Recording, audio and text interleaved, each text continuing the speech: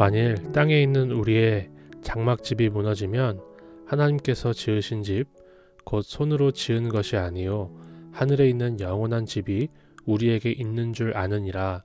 참으로 우리가 여기 있어 탄식하며 하늘로부터 오는 우리 처소로 덧입기를 간절히 사모하노라. 이렇게 입음은 우리가 벗은 자들로 발견되지 않으려 함이라.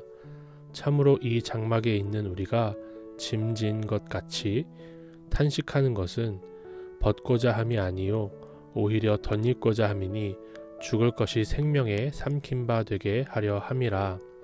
곧 이것을 우리에게 이루게 하시고 보증으로 성령을 우리에게 주신 이는 하나님이시니라.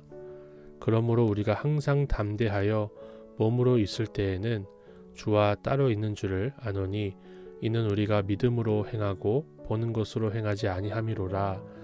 우리가 담대하여 원하는 바는 차라리 몸을 떠나 주와 함께 있는 그것이라.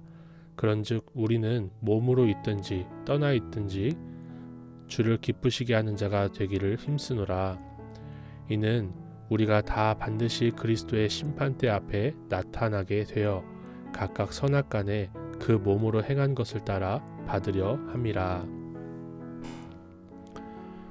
저는 오늘 본문의 말씀을 묵상하면서 특별히 손으로 지은 것이 아니요 라는 이 말씀에 깊이 묵상을 할 수가 있었는데요. 왜 사도 바울은 하늘의 집과 땅의 집을 말하면서 손으로 지은 것이 아니라는 것을 차이점으로 두고 있을까요? 이 손이라는 것은 사실 인간의 모든 노력과 수고라고 우리가 생각해 볼 수 있는 것이죠. 이 사도 바울은 장막집이 무너진다는 표현을 사용합니다. 문맥상 이 말씀은 죽음을 상징하는 것 같아요. 그리고 손은 우리의 모든 노력을 표현하는 상징이라고 볼 수 있다고 저는 생각을 했습니다. 이렇게 이 땅에서 우리의 인생은 우리의 수고와 노력으로 되는 것 같지만 죽음 앞에서는 그 어느 누구도 손을 쓸 수가 없습니다. 그러나 우리의 소망은 사람의 수고와 노력으로 지은 집이 아니라 하나님이 직접 지으신 집, 하나님 직접 보증으로 그의 영을 부으시는 그 집, 하늘에 있는 영원한 집에 있다는 것입니다. 이렇게 보았을 때 이 땅에서 우리의 수고와 노력으로 얻은 것들이 조금 무너지더라도 하늘의 집을 사모하게 되는 것이 복이라는 생각을 해볼 수가 있었어요. 우리가 죽기 전에 실패와 고난과 광풍과 같은 환난을 만나서 이 땅에서 썩어질 것들의 소망을 두지 않고 오히려 하늘의 영원한 집을 사모하게 되는 것이 진짜 복이라는 생각입니다.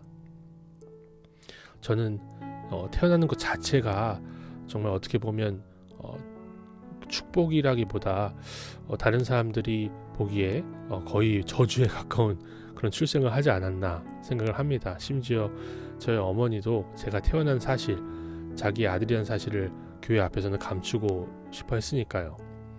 제가 외도로 태어난 자식이고 편모 아래서 자라서 이 땅에서 아버지라고 부를 수 있는 사람이 한 명도 없이 커서 오히려 남들보다 더 빨리 하나님을 아버지로 부를 수 있었던 것이 그 하나님이 지으신 영원한 하늘 집을 사모할 수 있었던 것이 저의 복인 줄을 고백합니다.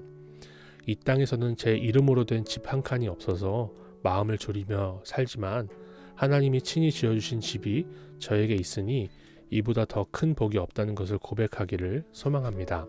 그래서 저의 적용은 하늘에 있는 영원한 집을 최고의 복으로 알고 사모하겠다는 것입니다. 하나님 아버지, 우리에게 하늘에 있는 영원한 집을 약속해 주시니 감사드립니다. 영원한 집을 사모하는 사람답게 이 땅의 장막집에 마음을 두지 않고 영원한 주님의 나라를 전하는 우리의 삶이 되게 하옵소서. 예수님의 이름으로 기도드립니다. 아멘.